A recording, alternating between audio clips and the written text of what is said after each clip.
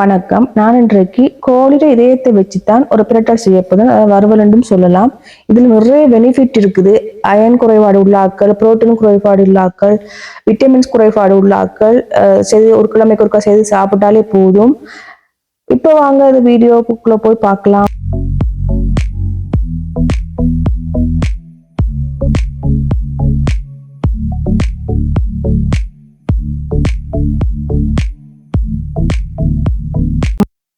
இந்த chicken card fry செய்யறதுக்கு முதல்ல நாம மசாலா ஒன்று அரைக்கணும். நல்லா ஃப்ரெஷ்ஷாக அரைச்சி போட்டால் தான் நல்லா வாசமாகவும் டேஸ்டாகவும் இருக்கும். அதுக்கு மிளகு, சீரகம், பெருஞ்சீரகம், பட்டை, ஏலக்காய், கிராம்பு இவ்வளவும் எடுத்திருக்கிறேன். இதை மெல்லிய சூட்டுல வறுத்தெடுத்து கொள்ளுங்க. கொஞ்சம் கலர் சேஞ்ச் வரும் வரைக்கும் வறுத்து கொள்ளுங்க.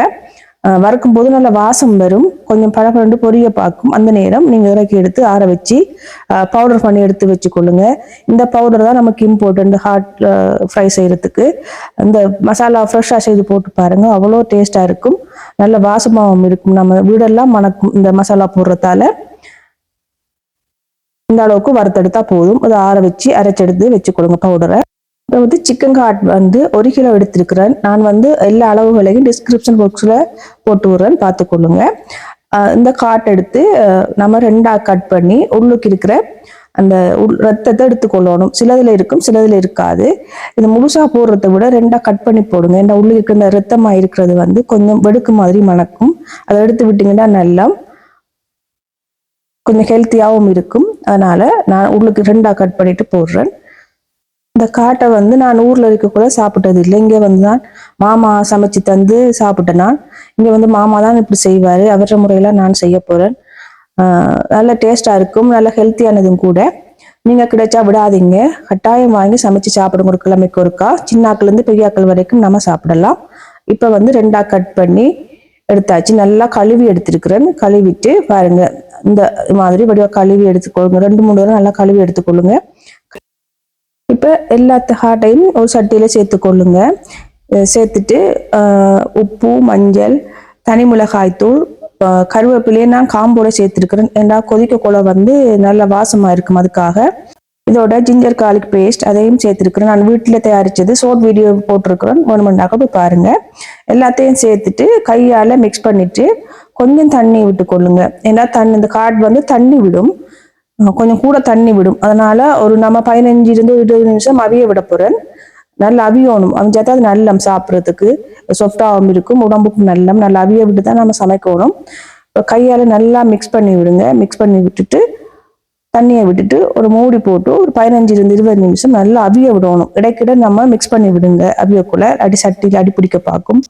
இந்த காட்டை நாம இறைச்சி கடையில வாங்கலாம். எல்லா இறைச்சி கடையிலையும் இருக்கும். இப்போ கேட்டீங்கன்னாலே தருவாங்க. வாங்கிட்டு நாம வழியா கிளீன் பண்ணி சமைக்க வேண்டியதான். இப்போ மூடி போட்டு நம்ம அவிய விடணும். இடைக்கிட மிக்ஸ் பண்ணி விடுங்க. ஹீட்டை மீடியம் ஹீட்ல வச்சுக்கொள்ளுங்க. இப்ப பாத்தீங்கன்னா இடையில ஒரு காத்திரம் பார்த்து மிக்ஸ் பண்ணி விட்டேன்னா பாத்தீங்கன்னா தெரியும், தண்ணி நல்லா நிறைய விட்டு இருக்குது. இப்போ மிக்ஸ் பண்ணிட்டு திரும்ப மூடி அவிய விடுங்க. தண்ணி கொஞ்சம் வத்தும் வரைக்கும். ஒரு கொஞ்சம் தண்ணி இருந்தா பரவாயில்லை, இந்த அளவு தண்ணி இருந்தா பரவாயில்லை. இப்போ நல்லா மிக்ஸ் பண்ணி விடுங்க. சமைக்கும் போது புகை வருது, என்னன்றே தெரியல. புகையா இருக்குன்னு நினைச்சு கொள்ளாதீங்க. சில நேரங்கள்ல புகை வரத்தான் பார்க்கும்.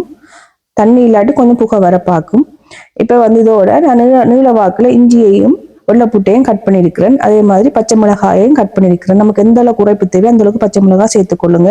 இப்படி போடுறதால நமக்கு டேஸ்ட் நல்லா இருக்கும். ஏற்கனவே இஞ்சி காலி பேஸ்ட் போட்டிருக்கிறோம், இருந்தாலும் கொஞ்சம் இப்படி கட் பண்ணி போட்டீங்கன்னா நமக்கு செமிவாட்டுக்கும் நல்லா இருக்கும், சாப்பிடக்குள்ளேயும் நல்லா இருக்கும். இதோட சேர்த்து வெங்காயம் சேர்த்திருக்கிறேன்.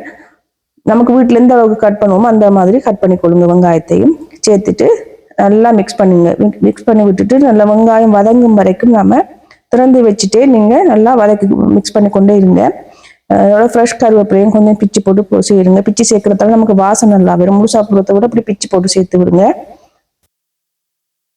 இப்போ நல்லா வெங்காயம் அந்த சிக்கன் காட்டெல்லாம் நல்லா வதங்கி ஃப்ரை ஆகி வரணும். தொயிலேயே நல்லா ஃப்ரை ஆனால் தான் சாப்பிட்றதுக்கு நல்லா இருக்கும். இப்போ அந்த நேரம் பவுடரையும் தயாராக வச்சுக்கொள்ளுங்க. சேர்க்கறது இந்த நேரம் நாம அரைச்சி வச்சுக்கிற பவுடரையும் சேர்த்துக்கொள்ளுங்க. எல்லாம் அளவா இருந்தது அப்படி எல்லாத்தையும் சேர்த்து விடுங்க. சேர்த்துட்டு நல்லா மிக்ஸ் பண்ணி விடுங்க. நான் இந்த பிரட்டல்களுக்கு, இந்த ஈரல் பிரட்டல், இந்த பிரட்டல்களுக்கெல்லாம் நான் தக்காளி சேர்க்கிற இல்லை. உங்களுக்கு விருப்பம் இருந்தால் நீங்க சேர்த்துக்கொள்ளுங்க. இந்த நேரம் நான் கொஞ்சம் தேங்காய் பால் நல்லா திக்கா விட்டுருக்கிறேன். உங்களுக்கு விருப்பம் கொண்டா விடுங்க, நீங்க இல்லாட்டி தேங்காய் பால் இல்லாம நீ பிரட்டி எடுக்கலாம்.